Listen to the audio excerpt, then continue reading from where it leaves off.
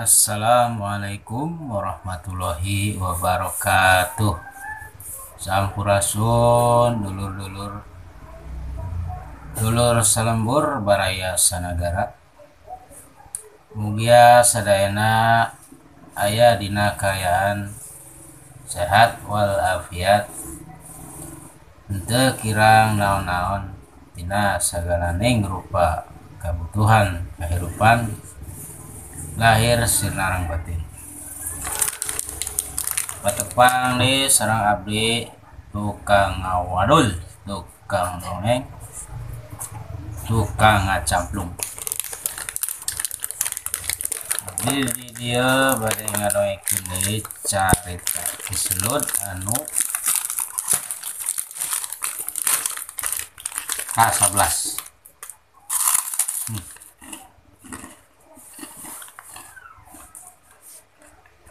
Anu kamari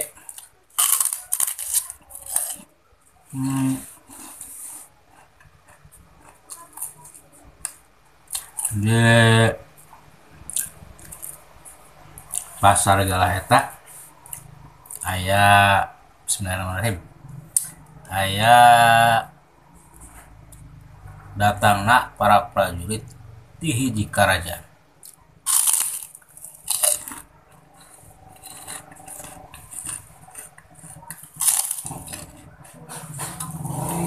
Orang langsung lanjut dongeng Kiselut ke-11. Mangga. Urang sambung carita nu kamari nyaeta dongeng Kiselut bagian ke-10. Anu ayeuna dilanjut ku bagian 11. Anu harita persoalan masalah-masalah Kiselut sareng Ki Juneds anu pasea jeung anak buah Ki Barja ayeuna tos beres, teu aya masalah naon-naon deui. Kacarita santosna eta masalah rengse aya diceritakeun dina episode kamari nyaeta aya hadirna para gegedeng ihijin nagara. Urang nagara mana can apal can kabahas dina ieu dongeng.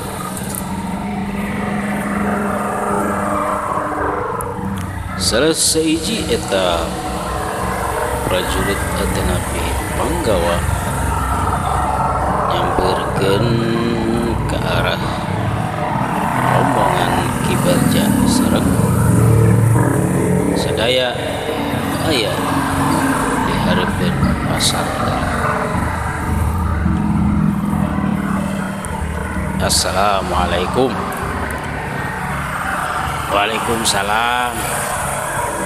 Aduh, haturan pangarsa. Aduh, punten ieu teh pangarsa asa gareuwas. Pilih aya naon-naon. Kumardi teu cara tisasari. Pangarsa dongkap ka ieu tempat. Itu cek Ki Barja bari tungkul. Nya kaula ngarti punten ieu ka sadaya warga hayat nu aya di ieu kota. Bisi ku bisi aya pertarosan kunaon ayeuna di daerah dieu loba prajurit tamtama samapta anu aya di mana-mana. Sanyana kaula tos bewara ka para ku nu di setiap dayeuh pupuh nu di setiap padukuhan yen ayeuna nagara keur aya dina hiji kariweuhan atawa keur meunang bancang pake nyata lobana begal anu nyebar kakacauan ngarampok ke setiap imah. Ku kituna ayeuna kaula selaku ditunjuk dititah kewajiban ti Kanjeng Susuhunan nyaeta Kanjeng Sunan Gunung Jati supados iwat nyalamatkeun ieu nagara anu keur rariweuh teh.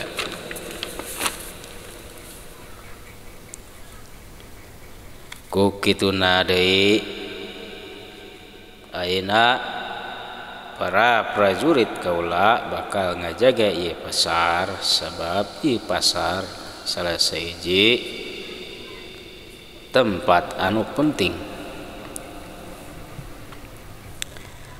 kasagala nu jadi keamanan ieu wilayah sadayana kudu ngabantu ngarojong kana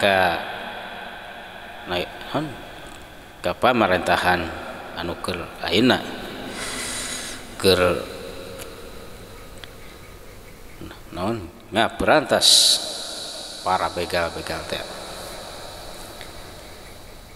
Ayeuna kieu punten kibarja wayahna andika sapara kanca kudu ngabantu jeung waspada bisi aya jalma luar anu teu dikenal lunga longo ka daerah dieu euat laporan ka prajurit supaya mun aya naon-naon atanapi bilih aya pakewuh atanapi bancang pakewuh urang bisa nyang hareupanana ku persiapan anu bener-bener tos mumpuni gitu. Mugia diperhatoskeun ka sadayana supaya negara urang aman tentrem tina segala gangguan boh gangguan anu aya di jero atanapi gangguan anu asup ti luar. Keriuhan aya di Kerajaan Demak, Cirebon sareng sabudureunana ge kabaud kababawa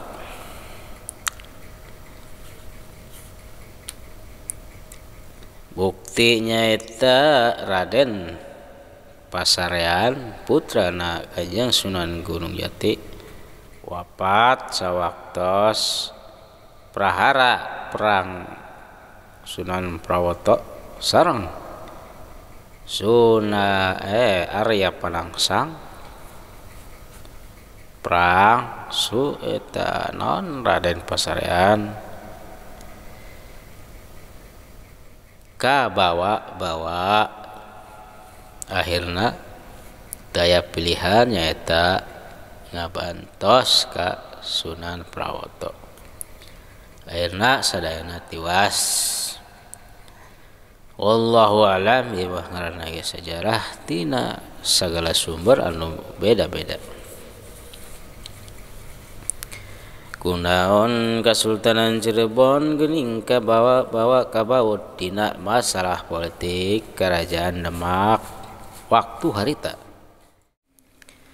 Salah sahijina nyaeta ayeuna hubungan kekeluargaan nyaeta putrana Sunan Gunung Jati nikah sareng putri ti Sultan Demak Raden Patah. Dimulai berataklana terus ke Raden Pasarean. Itu wallahu alam bisawab. Iman sempalan tina dongeng supaya jejer tempatna dongeng keselut teh aya hirup nyata nyaritakeun keselut nu aya dina zaman Kasultanan Cirebon. Tapi di dieu tukang dongeng moal ngabahas nu leuwih jero tina sejarah Cirebon atanapi sejarah kerajaan nu lain anu sajaman sareng Cirebon.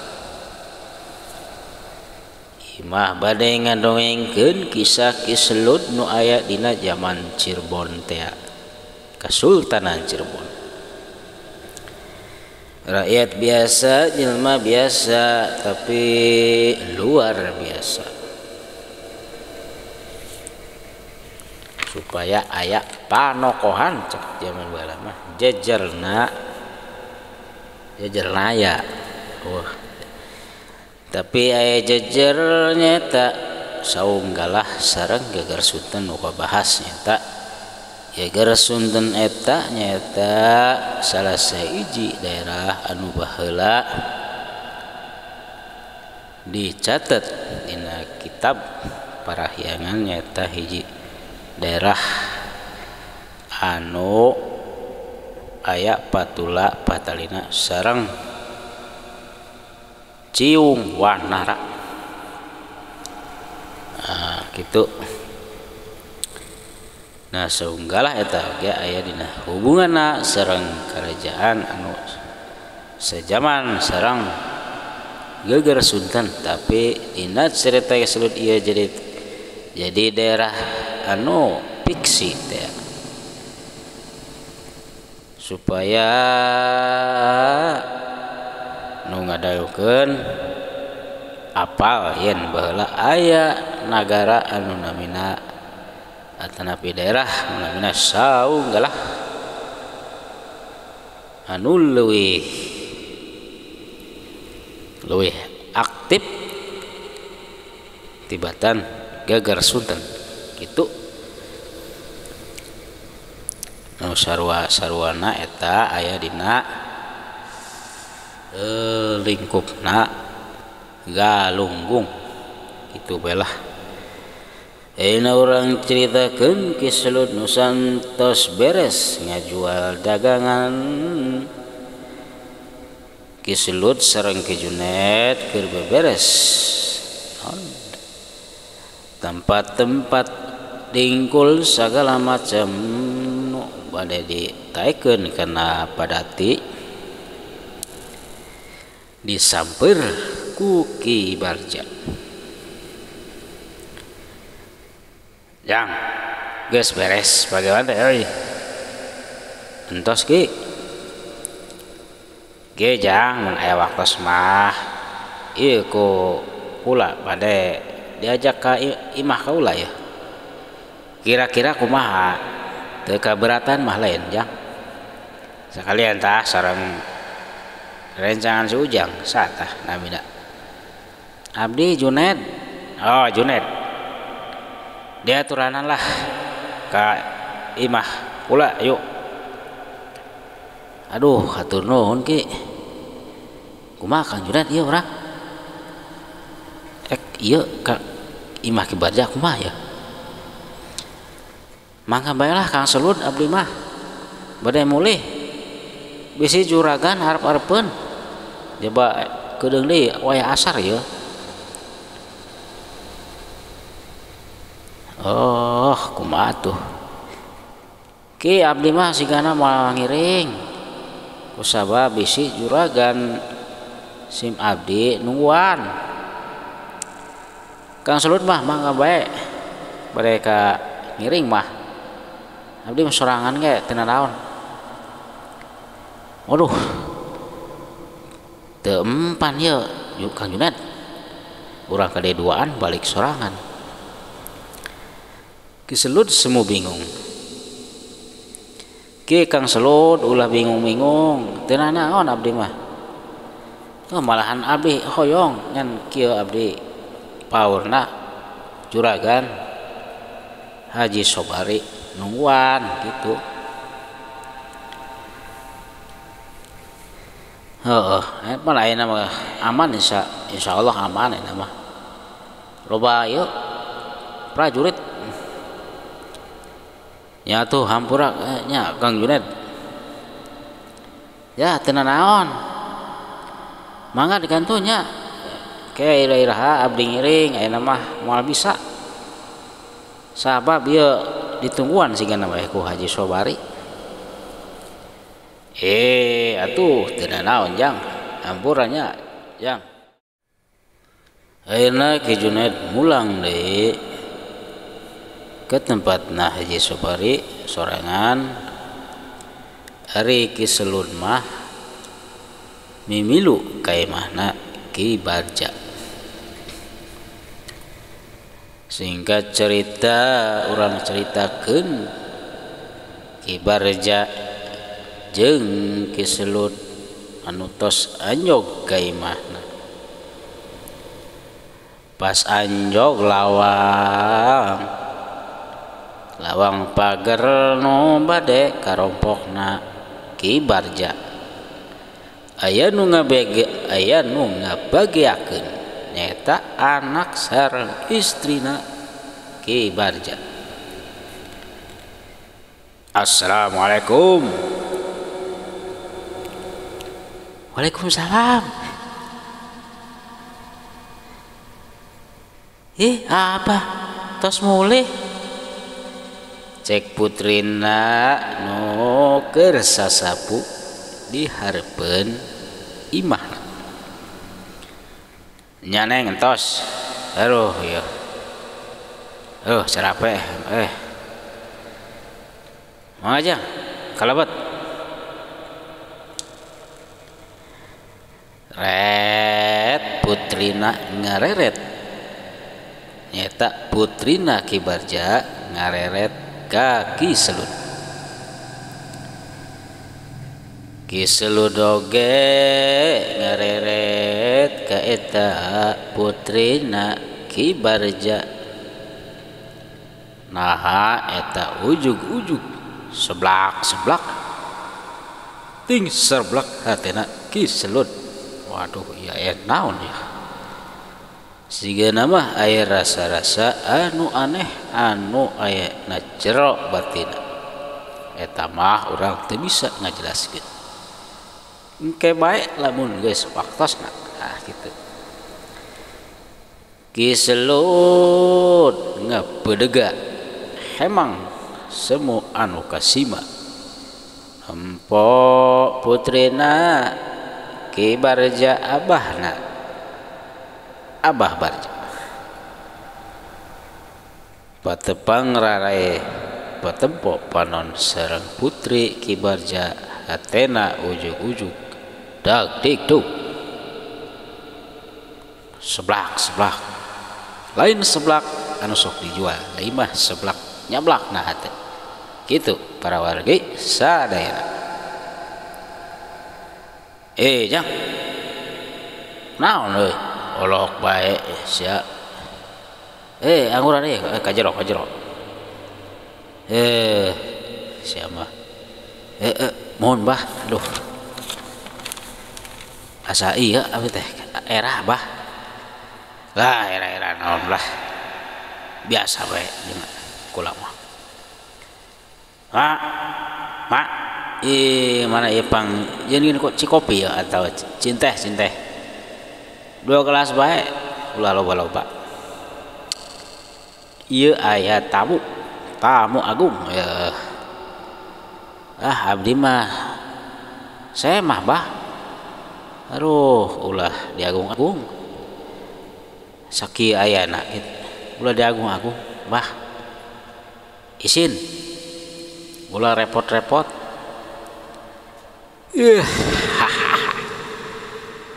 Yes, tenang bae sia. Jang. Ulah isin-isin ka kaula mah. Barudak di dieu geus. Wah. Sakahayangna ku Abang. Anu penting mah ulah ceceremen gitu. ya. Lah gitu di dia aja. Baru dah ke anak buah abah. Eta si Jupri bae tah anu naon teu sopan jelema. Sok logoyor asup bae tah ka jelema mah. Tapi teu naon da tara ceceremen. Aduh punten bah ieu. Geus kajelo calek-calek jah. Akhirna kiselut calik dina kursi. Caket pintu anu hareup.